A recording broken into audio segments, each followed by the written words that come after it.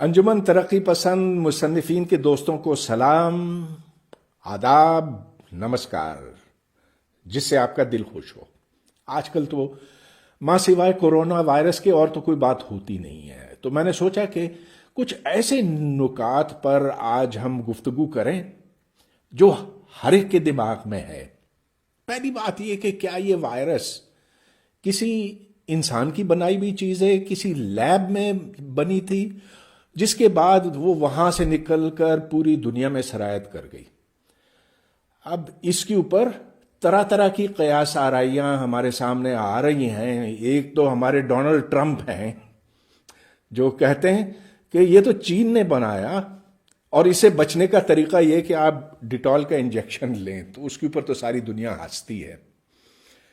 پھر بہت سے لوگ ہیں، ایک تو ہمارے سابق سفیر ہیں، حسین ہارون نام ہے ان کا، وہ کہتے ہیں کہ نہیں چین نے نہیں بنایا، یہ تو امریکہ نے بنایا۔ اور اب آپ کہیں بھی کوئی بھی ویب سائٹ کھولیں تو آپ کو یہ بھی ملے گا اور وہ بھی ملے گا، اس کے علاج بھی ملیں گے، ایک کلونجی سے اس کا آپ علاج کر سکتے ہیں۔ ساری مزے کا خیز باتیں ہیں، یہ ساری باتیں وہ لوگ کرتے ہیں جن کا دور دور سے سائنس کے ساتھ کوئی تعلق نہیں۔ تو چلیے ہم پہلے اس پہ غور کرتے ہیں کہ جو سائنسدان، اور خاص طور پہ وہ سائنسدان جو اس شعبے سے متعلق ہیں، مطلب یہ کہ امیونالوجی، ایپیڈیمیولوجی، مولیکولر جینیٹکس، سارے یہ بڑے اسپیشلائزڈ قسم کے شعبہ جات ہیں، کہ وہ لوگ کیا کہتے ہیں۔ تو چونکہ میرے پاس اس وقت کمپیوٹر کھلا ہوا ہے، میں نے سوچا کہ کچھ باتیں آپ کو پڑھ کے سناؤں۔ اس میں سے پہلے یہ کہ نوبیل laureate، اچھا یہ جریدہ ہے ایشین سائنٹسٹ، تو اچھا خاصا یہ ایک اچھی حیثیت رکھنے والا جریدہ ہے۔ اس کی سرخی لگی ہے Nobel laureate Tasuku Honjo refutes link to man made corona virus claim. تو یہ صاحب ہیں جن کو نوبیل پرائز ملا تھا 2 سال پہلے، اور وہ نوبیل پرائز ملا تھا مولیکولر جینیٹکس کے لیے۔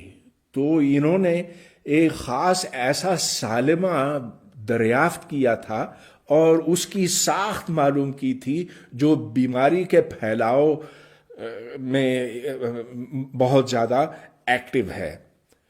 بہت بڑا کام تھا ان کا یہ کہنا، اور میں بس یہ پڑھ کے سناتا ہوں۔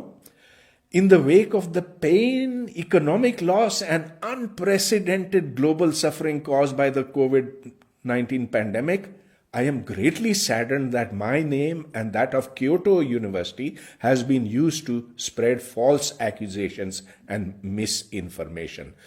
تو وہ کہتے ہیں کہ یہ لوگ جو میرے اوپر انگلی اٹھاتے ہیں اور کہتے ہیں کہ اس کی لیب سے یہ نکلا اور غلط باتیں ان سے منسوب کرتے ہیں، کہ یہ ساری کی ساری غلط ہیں، اور کہ یہ واضح طور پر وہ یہ کہتے ہیں کہ there is no link that the virus was man-made or invented in a laboratory۔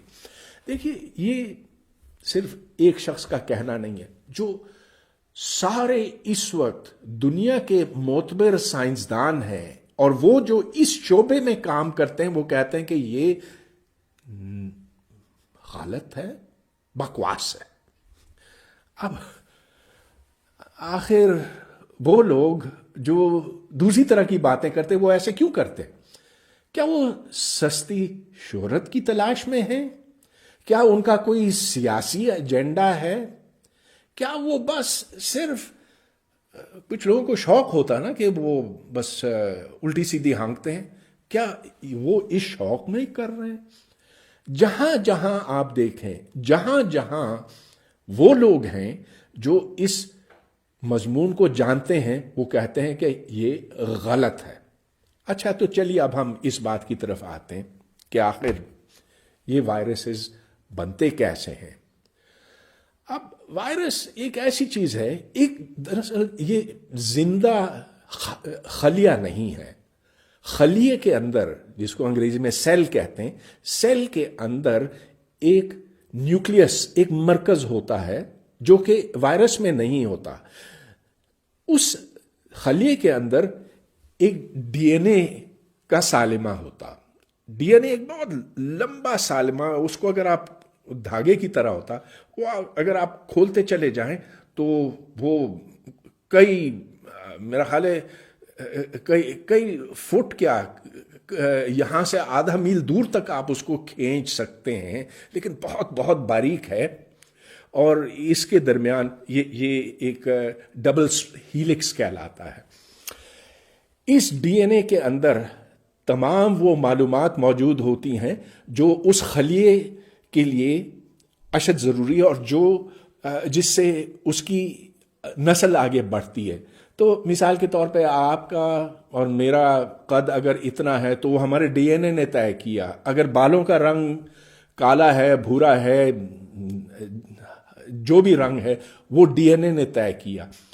تو وہ تمام جینیٹک معلومات اس ڈی این اے کے اندر موجود ہوتی ہے، اور اگر کسی وجہ سے اس میں فرق آ جائے تو کاپنگ میں اکثر کچھ فرق آ سکتا ہے. اور یہی وجہ ہے کہ کینسر، سرطان انسانوں کے اندر، جانوروں کے اندر ہوتا ہے، کہ جب اس نقل کے عمل میں جب کبھی کوئی خرابی آتی ہے تو پھر اس سے اس خلیے کی نسل آگے جا کے یا تو رک جاتی ہے یا خراب ہو جاتی ہے. اور وائرس کا کردار یہ ہے کہ وہ یہ کام کرتا. تو اب وائرس خود زندہ نہیں ہے یا نیم زندہ ہے، ایک بڑا سالمہ ہے، مگر کیا وہ پوری طرح سے زندہ ہے یا نہیں، یہ ایک کھلا سوال ہے. بہرحال وائرسز اسی طرح سے بنتے ہیں جس طرح سے زمین پر زندگی وجود میں آئی. تو آج سے 4 ارب سال پہلے لیجئے، جب زمین پر صرف سادہ قسم کا کیمیائی مادہ ہوتا تھا، یعنی کہ آکسیجن، ہائیڈروجن، نائٹروجن، جو بنیادی عناصر ہیں. اب وہ عناصر سادہ ہیں، ان سے پیچیدہ سالمے بن سکتے ہیں، مالیکیولز بن سکتے ہیں، ان سے پھر امینو ایسڈز بنتے ہیں، امینو ایسڈ سے پروٹین بنتے ہیں، پروٹین سے بالآخر وائرس بنتے ہیں. وائرس اور دوسرے جاندار، ہم بھی اسی سلسلے کی ایک کڑی ہے، اور جو سب سے اوپر پہنچی ہوئی ہے، سب سے ڈیولپڈ جاندار ہم ہیں، انسان ہیں. لیکن جیسا کہ ڈارون نے واضح کیا تھا کہ ہر وقت نئے قسم کے جاندار پیدا ہوتے ہیں، ان میں سے کچھ بچ جاتے ہیں اور اکثر و بیشتر مر جاتے ہیں، کیونکہ وہ ماحول کے مطابق پھر نہیں چل سکتے، ان کو ایک مخصوص ماحول چاہیے ہوتا. اچھا، تو نئے قسم کے وائرسز ہر وقت جنم لیتے ہیں، اس وقت بھی جنم لے رہے ہیں. اس گزشتہ 5 منٹ کے درمیان شاید 500 نئے قسم کے وائرسز بنے ہوں گے، اور ان کو ہم الیکٹران مائکروسکوپ کے نیچے دیکھ سکتے ہیں، اور یہ ڈارون کے نظریے کی تصدیق ہے. مگر ان وائرسز میں سے شاذ و نادر کوئی ایسا ہوتا ہے جو آگے نکل سکتا ہے اور جو اپنی نسل آگے بڑھا سکتا ہے.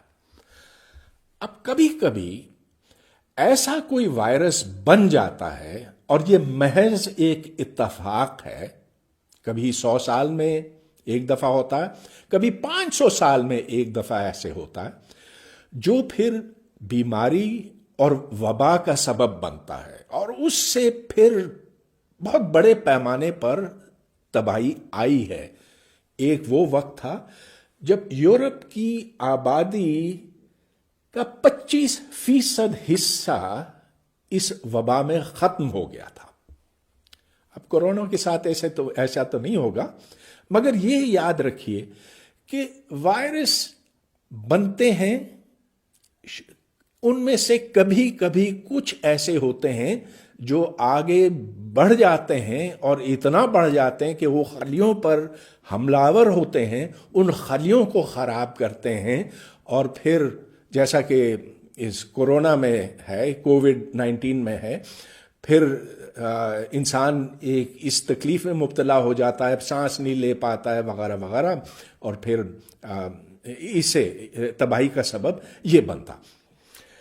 اب یہ کووڈ-19 یا کورونا وائرس آیا کہاں سے، اس کے اوپر تحقیق ہو رہی ہے، سائنسدان کر رہے ہیں۔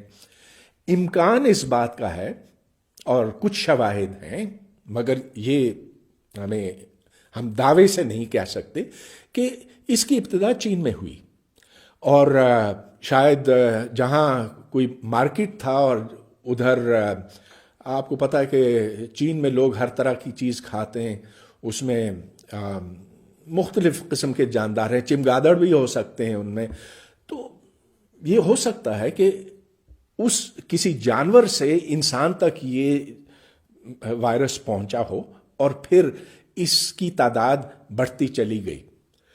اب شروع میں چین نے اس حقیقت کو دبانا چاہا، بہت بڑی غلطی کی۔ جب غلطی کا احساس ہوا تو انہوں نے ایک دم وہاں پر پابندی لگا دی، ووہان میں لوگوں کو قید کر دیا، ان کو وہاں پر کوارنٹین نافذ کیا گیا، کوئی لاک ڈاؤن نافذ کر دیا گیا، وہاں سے کوئی باہر نہیں جا سکتا تھا۔ بہت اچھا کیا، اور یہی وجہ ہے کہ آج ووہان میں کہتے یہ ہیں کہ ادھر اب دکانیں کھلنے لگی ہیں، وہاں حالات قدرے بہتر ہو گئے ہیں، تو بہت اچھی بات ہے۔ لیکن اب مسئلہ یہ ہے کہ یہ تو اب ساری دنیا میں سرایت کر گیا ہے۔ سب سے زیادہ اموات اب امریکہ میں ہوئی ہیں۔ ذرا یہ بھی سوچئے کہ اگر امریکہ نے یہ بنایا تھا تو پھر سب سے زیادہ نقصان اسی کو دینا پڑا نا۔ یہ بات عقل کو بھاتی نہیں ہے کہ کوئی ملک بنائے تاکہ وہ اپنے آپ کو نقصان پہنچا سکے۔ بہرحال اب یہ ایک بڑی اہم بات بنتی ہے کہ اس کو اب کنٹرول کیا جا رہا ہے، اور کنٹرول کرنے کا طریقہ بھی سائنسدانوں نے واضح کیا ہے کہ آپس میں ملنا نہیں ہے، ہاتھ نہیں ملانا ہے، ایک دوسرے کے لوگوں کے درمیان فاصلہ رکھنا ہے، وہ ساری تدابیر جن سے آپ اچھی طرح سے واقف ہیں، اور جس سے یقیناً پاکستان کو بہت نقصان پہنچ رہا ہے، لیکن اس سے کہیں زیادہ نقصان تو یورپ اور امریکہ میں پہنچا ہے۔ اب سوال ہی پیدا ہوتا ہے کہ ادھر اتنا زیادہ کیوں، ادھر اتنا کم کیوں؟ اب اس کے اوپر مختلف آراء ہیں۔ ایک تو یہ کہ یہاں تو بس اب ابتدا ہوئی ہے، اب آپ دیکھ لیجئے آنے والے ہفتوں میں کیا ہوتا ہے، آنے والے مہینوں میں کیا ہوتا ہے، کیا یہاں اموات کی شرح ادھر سے زیادہ ہو جائے گی؟ یہ ہو سکتا ہے، ہم امید کر سکتے ہیں کہ ایسا نہیں ہوگا، لیکن یہ عین ممکن ہے۔ ایک اور امکان بھی یہ ہے کہ یہاں جو ہمارا مدافعتی نظام ہے، امیون سسٹم ہے، یہاں ہمیں طرح طرح کے جراثیم سے سابقہ پڑتا ہے، وہ جو یورپ میں نہیں ہوتے، چین میں نہیں ہوتے، امریکہ میں نہیں ہوتے، تو یہ ممکن ہے، مگر اس کے اوپر سائنسی تحقیق ہنوز جاری ہے، پتہ چلے گا ہمیں۔ یہ سارے نقصانات اٹھانے پڑیں گے جب تک کہ کوئی اس کا ویکسین نہیں نکلتا۔ تو اب تھوڑی دیر کے بعد ہم ویکسین کے مسئلے کے اوپر متوجہ ہوں گے۔ اپنی گفتگو جاری رکھتے ہیں۔ ویکسین، ساری دنیا اس انتظار میں ہے کہ کورونا کا کوئی ویکسین ایجاد کیا جائے۔ ظاہر ہے کہ کہیں باہر ہی ایجاد ہوگا، پاکستان میں تو اتنا دم خم نہیں، اسلامی دنیا تو عرصے دراز سے سائنس سے دور ہو گئی ہے، لیکن یہاں جب ویکسین آئے گا تو کیا لوگ اسے استعمال کریں گے؟ پولیو دیکھ لیجئے، سینکڑوں ہمارے ہیلتھ ورکرز کو گولی مار دی گئی ہے، طالبان نے مارا ہے، دوسرے مذہبی انتہا پسندوں نے مارا ہے، مگر جو علاج ہوگا آخر وہ ویکسین کے ذریعے سے ہی ہوگا۔ ویکسین یوں کام کرتا ہے کہ آپ کے جسم کا جو مدافعتی نظام ہے اس میں وہ قوت عطا کرتا ہے جس سے کورونا یا دوسرے قسم کے وائرسز سے بچا جا سکتا ہے۔ تو اب کئی طرح کے مختلف ویکسینز ہیں، پولیو کا ہے، ریبیز کا ہے، ہیپاٹائٹس کا ہے، اور اس سے انسان کی زندگی کتنی دراز ہو چکی ہے.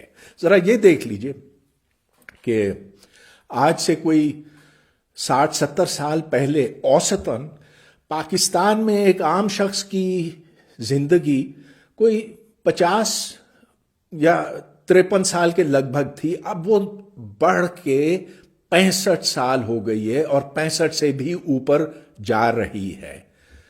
تو یہ کیسے ہوا؟ جدید طب کے استعمال سے، نا سائنس کے استعمال سے. مگر آپ کو ہر طرف ایسے لوگ بھی ملیں گے جو کہیں گے نہیں نہیں نہیں، یہ تو وہ گوروں کی ایجاد ہے، یہ تو ہمارے مذہب کے خلاف ہے. ہمارا مذہب تو یہ کہتا ہے کہ اجوا کھجور سے ہر مسئلے کا حل ہوتا ہوگا ضرور. اور ایک جو بہت بڑے اس کے پرچاری ہیں، نام میں نہیں لینا چاہتا، وہ یہ بھی کہتے ہیں کہ خواتین ہیں جس کی وجہ سے یہاں پر یہ کرونا کی بلا آئی ہے. جب ان کے دل میں تکلیف ہوئی تو انہوں نے اجوا کھجور نہیں کھایا، وہ گئے انہوں نے سٹینٹ ڈلوایا. تو جو حل اس کا نکلے گا وہ سائنس سے نکلے گا، وہ تحقیق سے نکلے گا، جس کے لیے سائنسی طریقہ کار اپنانا ہوگا. اب اس ویکسین کو بننے میں کتنا وقت لگے گا کوئی کچھ کہہ نہیں سکتا، اس لیے کہ سائنس ایک عمل سے گزرتی ہے.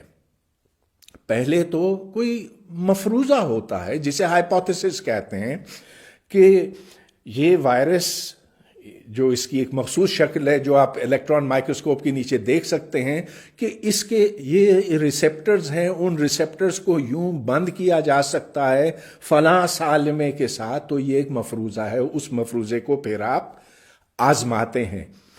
پہلے آپ جانوروں کے ساتھ کرتے ہیں، جانوروں کے ساتھ بھی کوئی نتائج برآمد ہونے میں وقت لگتا ہے، پھر انسانوں کے ساتھ کیا جاتا ہے. اب کچھ ان میں سے بہتر ہو جاتے ہیں، بچتے ہیں، ان کا مدافعتی نظام بہتر ہوتا ہے، کچھ کا نہیں ہوتا. اگر 95% یا 90% کو اس سے آفاقہ ہو تو آپ کہیں گے کہ ہاں یہ ویکسین کامیاب ہے. تو اس کے لیے اسٹیٹسٹکس، پروبیبلٹی، یہ تمام وہ سائنس ہے جو بالآخر کام آتی ہے، اور جس سے آپ یہ طے کرتے ہیں آیا کہ اس ویکسین کو پبلک کو دینا چاہیے کہ نہیں. تو اس میں وقت لگے گا، لیکن اس میں کوئی شک نہیں کہ علاج جو بچنے کا رستہ ہے وہ یہی ہے. تو ٹھیک ہے، جو ہمارے مولانا صاحب ہیں وہ توبہ کی دعائیں مانگ رہے ہیں، ضرور توبہ کرنی چاہیے، آخر ہم سب گنہگار ہیں. لیکن اگر بچت ہونی ہے تو وہ بچت سائنس ہی سے ہوگی. اچھا چلیے، اب میں اپنے آخری موضوع کی طرف آتا ہوں.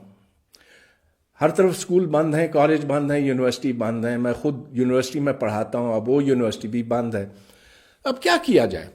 تو ایک رستہ اس کا یہ نکالا گیا ہے کہ آن لائن لرننگ کی جائے. آن لائن لرننگ سے مطلب یہ کہ آپ انٹرنیٹ سے ڈاؤن لوڈ کریں، ٹیچرز اسٹوڈنٹس کو آپ پڑھائیں اسکائپ کے ذریعے سے، زوم کے ذریعے سے، اور یہ ہو رہا ہے. لیکن اب اس میں کچھ خطرات ہیں، اور میں نے ڈان میں ایک مضمون لکھا جس میں یہ بات میں نے واضح کی ہے. تو سب سے پہلے یہ جاننے کی ضرورت ہے کہ ہمارا جو تعلیمی نظام پہلے سے تھا، میرا مطلب یہ کرونا کے پہلے سے، وہ انتہائی گرا ہوا ہے معیار کے اعتبار سے، اتنا کہ شاید یہ دنیا کے پست ترین بدترین نظاموں میں شمار ہوتا ہوگا. یہاں صرف رٹا چلتا ہے، اصل کوئی لکھنا پڑھنا سیکھنا نہیں ہوتا. اب آ گیا کرونا، تو اب وہ اساتذہ جنہیں پڑھنے لکھنے سے کوئی شوق ہی نہیں، کوئی دلچسپی نہیں، لیکن جن کو صرف تنخواہیں لینی ہیں، وہ تو بہت خوش ہیں، کیونکہ گھر بیٹھ کر وہ بس تھوڑا بہت کام کر کے پوری تنخواہ لے سکتے ہیں. تو میں نے مضمون لکھا کہ وہ یونیورسٹی کے اساتذہ جو پڑھاتے ہیں یونیورسٹی کے اندر، اور جن کو اب یہ آن لائن لرننگ کا ذمہ سونپ دیا گیا ہے، ایسا نہ ہو کہ جو وہ پڑھائیں وہ بس چھپا ہوا رہے. پہلے تو یہ ہوتا تھا نا کہ آپ کو کچھ پتا نہیں کہ کلاس کے اندر وہ کیا پڑھاتے ہیں. تو مثال کے طور پر میں نے ریاضی کے اور فزکس کے ایسے ٹیچرز دیکھے ہیں، اور کیونکہ 40-45 سال سے میں پڑھا رہا ہوں، جنہیں اپنے مضمون سے نہ شوق ہے، نہ دلچسپی ہے، نہ کوئی تجسس ہے، نہ کوئی علم ہے. اور اسی وجہ سے جو حالات پیدا ہوئے ہمارے تعلیمی نظام میں وہ سب کے سامنے ہیں. تو میری تجویز یہ ہے کہ یہ انٹرنیٹ کا زمانہ ہے، کیمرہ کا زمانہ ہے. جو وہ پڑھاتے ہیں وہ اس یونیورسٹی کے ایک مخصوص ذخیرے میں ڈالا جائے، ریپوزیٹری کہیں اسے،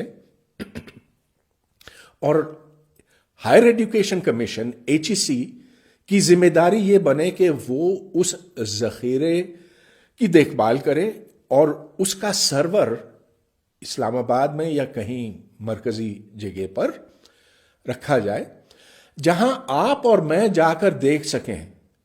تو اگر کوئی ٹیچر، نام ہو سکتا ہے کہ اس کا پرویز ہد بھائی ہو، وہ دعویٰ کرتا ہے کہ میں پڑھاتا ہوں، اچھا پڑھاتا ہوں، تو اس کی فائل وہاں پر موجود ہو. اس فائل پہ آپ جا کے کلک کریں اور آپ کو پتہ چلے گا کہ اس ہفتے میں اس نے یہ پڑھایا اور یہ سوالات تھے اور یہ ویڈیو ہے اور یہ ٹیچنگ مواد ہے وغیرہ. میرا مطلب یہ مکمل شفافیت. اگر شفافیت نہ ہوئی تو جو خرابیاں ہمارے تعلیمی نظام کے اندر پہلے سے موجود تھیں وہ سرایت کرتی چلی جائیں گی. ہم ڈگریاں پھر لوگوں کو دیتے چلے جائیں گے اور وہ ڈگریاں بالکل بے معنی ہوں گی. اب بھی تو کوئی خاص معنی نہیں رکھتی، لیکن پھر تو it will be total nonsense. تو اب یہ پچھلے دنوں میرا خیال ہے سنیچر کے 3 روز پہلے کی بات ہے، چیئرمین HEC کے ساتھ GTN TV پر میری گفتگو ہوئی اور 1 گھنٹے تک ہوئی، اور وہ اس پہ اتفاق کرتے ہیں کہ ہاں شفافیت بہت ضروری ہے، کہ ہونا چاہیے. بہت اچھی بات ہے.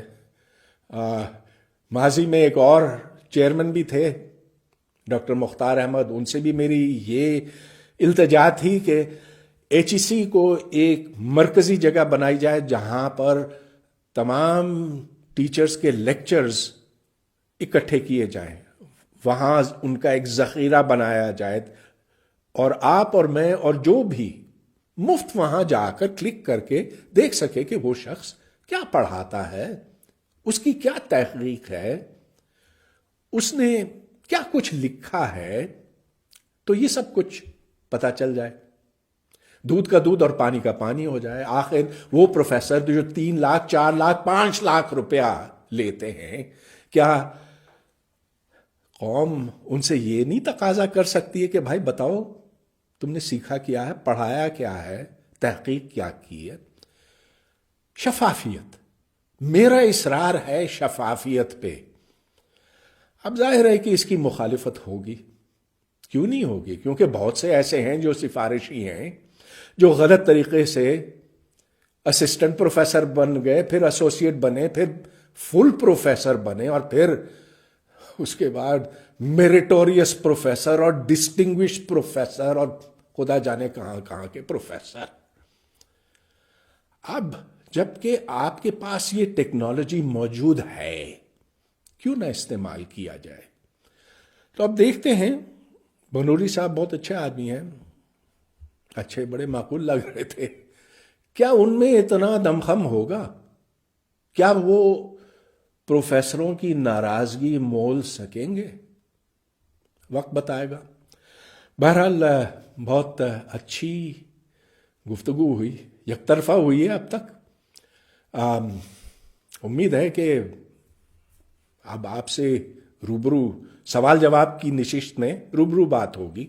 بہت سے سوال ہوں گے، ہو سکتا ہے کہ آپ میری کچھ باتوں سے اتفاق نہ کرتے ہوں، لیکن اسی طرح سے بات آگے چلتی ہے نا، کہ جب خیالات مختلف ہوں لیکن گفتگو جاری رہنی چاہیے.